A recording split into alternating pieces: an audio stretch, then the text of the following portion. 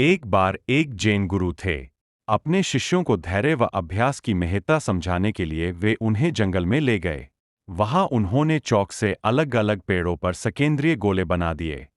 फिर सभी शिष्यों को एक-एक पेड़ के सामने समान दूरी पर खड़ा करके बोले, "आनो अपना तीर कमान और लगाओ निशाना। देखते हैं किसका तीर लक्ष्य को भेद पाता है।" प्रयास तब तक जारी रखना जब तक तीर सीधा इन गोलों के केंद्र बिंदु पर जाकर न लगे। सभी शिष्य निशाना लगाने लगे, लेकिन केंद्र बिंदु तो दूर, किसी का तीर आसपास के गोले तक को छू नहीं पाया।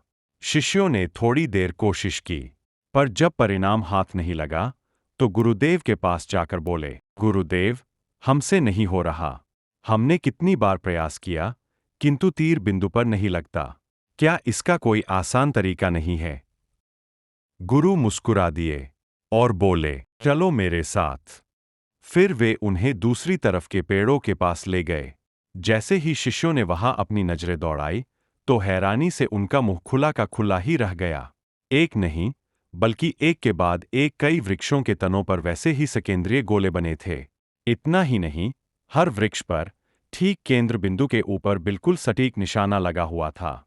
सभी शिष्य एक साथ बोल उठे, "वाह! गुरुदेव, क्या निशाना है! किसने लगाया? हमें भी ऐसा ही निशाना लगाना है।" शिष्यों की बात सुनकर गुरु बोले, "हाँ, ऐसा ही निशाना लगाना है, पर ऐसे नहीं लगाना है।" शिष्यों ने प्रश्नवाचक दृष्टि से गुरु की ओर देखा। बिना कहे भी दुविधा स्पष्ट थी। ऐसा ही लगाना है, पर ऐसे नहीं लगाना है। इसका मतलब क्या है? गुरु ने अंगुली से एक ओर इशारा करते हुए कहा, "वहां देखो।" अंगुली की दिशा में जब दृष्टि घुमाई, तो इस बार पहले से भी ज्यादा बड़ा मुंह खुल गया। आंखें बड़ी-बड़ी हो गईं। लेकिन क्यों? क्योंकि सामने दृश्य ही कुछ ऐसा था। एक बालक पहले पेड़ के तने पर बाण मारता, फिर पास जाता और लगे हुए बाण से सटाकर केंद्र बिंदु बनाता और उसके आसपास गोले खींच देता। गुरु शिष्यों की ओर मुड़े और बोले, "अब समझ गए न? हमने क्यों कहा था कि ऐसा निशाना लगाना है, पर ऐसे नहीं लगाना है। इस तरह निशाना लगाने से तुम्हारे भीतर लेशमात्र भी निपुणता नहीं आएगी। नहीं तुम इस कला से मिलने वाले लाभ से लाभान्वित हो सकोगे। स्मरण रखो, आसान व छोटे, परंतु गलत मार्ग द्वारा हासिल किए गए परिणाम जल्द ही अपना अस्तित्व खो बैठते हैं।